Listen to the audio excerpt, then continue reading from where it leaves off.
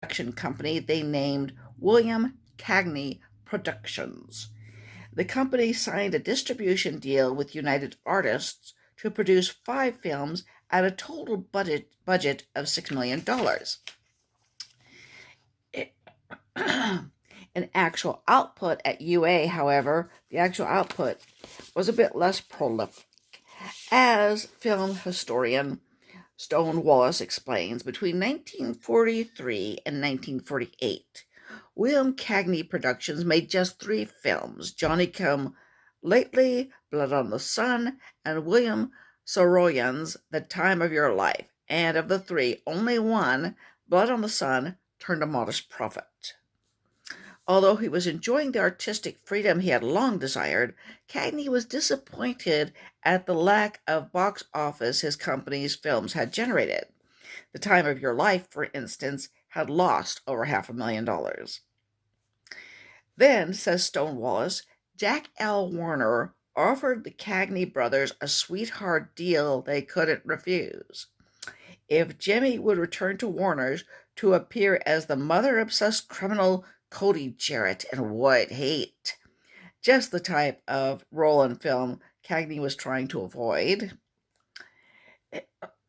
Warner's would give William Cagney Productions a co-distribution deal through which they could pay off their considerable losses. White Heat, of course, turned out to be a big hit, and seeing the potential financial gain, William Cagney Productions purchased a similar property for Jimmy with Kiss Tomorrow Goodbye, while continuing to seek out projects that would further broaden his repertoire. When Barbara was called to the WB lot to audition for the leading female role in Kiss Tomorrow Goodbye, she hadn't expected too much to come of it. With the recent loss of the mistress part in the Asphalt Jungle still fresh on her mind, Barbara had resigned herself to the possibility that this job, too, would slip through her fingers. She needn't have worried. Upon viewing her screen test, Bill Cagney, who would again be producing the film, was evidently so taken with Barbara's beauty and talent that he immediately gave her the part, and then signed her to a personal contract to be shared equally with Jack Warner. In the winter of 1950, Warner Brothers and Cagney Productions hired Barbara at $5,000 a week, quite an exorbitant sum for a Hollywood newcomer. The studio then embarked on an intensive program designed to mold their new acquisition into one of the lot's top players. This involved the usual rituals of voice, acting, and dance lessons, ballet class, and the requisite glamour shots, the results of which quickly graced the pages of many of the country's leading newspapers and movie magazines.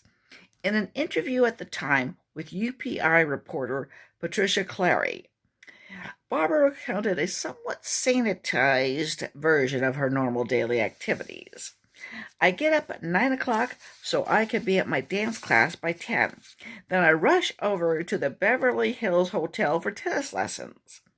Clary continued, sometimes she doesn't have time to change in between and appears on the courts in the unusual tennis costume of black leotards. In the afternoons, Miss Payton travels out to the Will Rogers Ranch, where she rides horseback for the rest of the afternoon.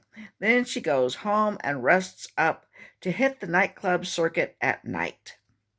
Barbara explained, the dancing, tennis, and horseback riding are to keep me in shape. The night clubbing is just for fun.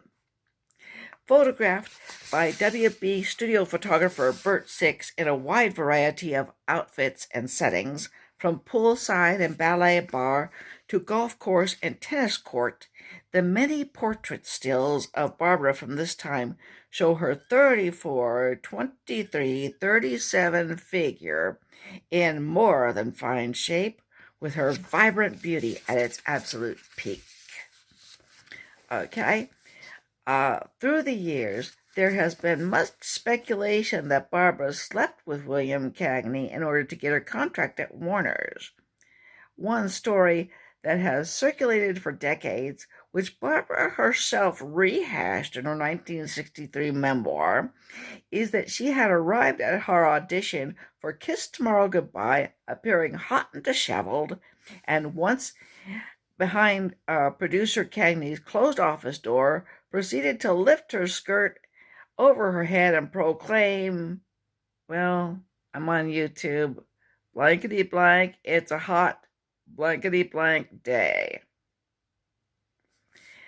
What transpired that afternoon following Barbara's impromptu flashing episode is anybody's guess. However, the end result was a new contract with both Warner Brothers and William Cagney Productions.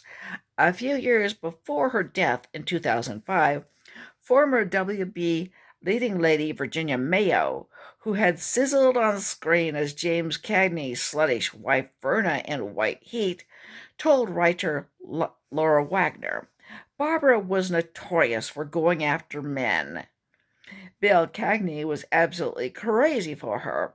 Everyone at the studio knew they were having an affair. By this time, it was pretty clear that Barbara had discovered the merits of the Hollywood casting couch and was indeed using it to get ahead. It hadn't taken her very long to figure out that sex equaled power in Hollywood, and since she wasn't particularly against sleeping with the men whom she thought might help her career, Barbara was making some powerful strides. The fact is,